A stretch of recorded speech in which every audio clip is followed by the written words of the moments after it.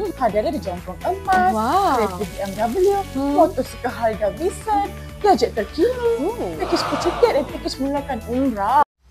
Hai, Assalamualaikum guys. I Syera. Hello guys, saya Suraya. Suraya, hari ni kita nak ajak semua orang yang tengah menonton ni untuk mengakhiri tahun 2025 with a big bang.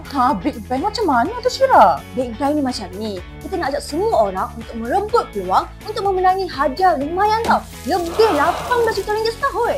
18 juta ringgit setahun, serius lah Syera? Ya, serius Raya. Mudah je. Just buka and labo dan akaun Alpha Brainstorm. Mudah kan?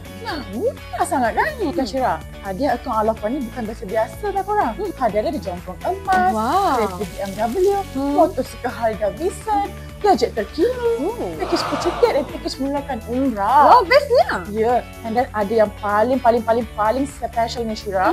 Ada wang tunai bernilai hingga 1 juta ringgit guys. 1 juta ringgit. Banyak tu. Siapa je nak bagi 1 juta ringgit kan? Yang paling best, yang sekarang ni kita juga tengah mencari lebih 800 pemenang untuk cabutan bulan Disember 2025. Wow, 800. Ramai ya Syera. Ramai sangat Syuru. Mungkin anda boleh jadi salah seorang daripadanya. Betul. Kalau macam tu Syera nak join tak? I pun rasa macam nak join.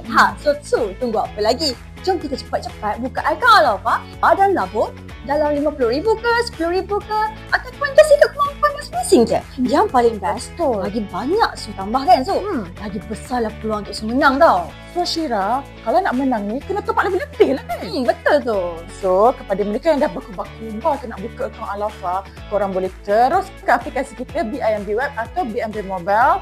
And jangan risau, ia adalah sangat pantas, mudah dan Selamat. Dan lagi satu Syera, you nak tahu tak cara untuk menang macam mana? Nak macam mana tu? Caranya hanya mengekalkan baki purata minimum mengikut syarat kriteria bagi setiap 15 kategori cabutan Al-Alpha. 15 kategori banyak tu. Dan lagi satu, walaupun akaun Alpha ni akaun pelaburan yang menawarkan pelbagai hadiah yang menarik, akaun Alpha ni juga boleh digunakan untuk penggunaan harian tau. Boleh transfer duit, boleh bayar bil, boleh shopping, macam-macam lagi. Lah Syera, so dah macam biasa je. Macam biasa je So guys, saya bagi tahu awal-awal ni kepada mereka yang dah ada akaun, jomlah top up lebih sikit. Ya, top up lebih sikit guys. Pada mereka yang belum ada akaun, korang boleh terus ke aplikasi kita iaitu BIMB Web atau BIMB Mobile. Sebelum bila Syera? 31 Disember 2025. Nak tahu lebih lanjut, boleh scan QR code dekat bawah ni. Pada mereka yang sangat sibuk dan tak ada masa tu, jangan risau. Korang imbas je QR code di bawah ni, tinggalkan nama dan nombor telefon je. Ini pegawai kami akan menghubungi dan berjumpa dengan anda secepat yang mungkin. Senang sangat tu. Senang sangat Syera. So, jom kita buka akaun Alpha sekarang.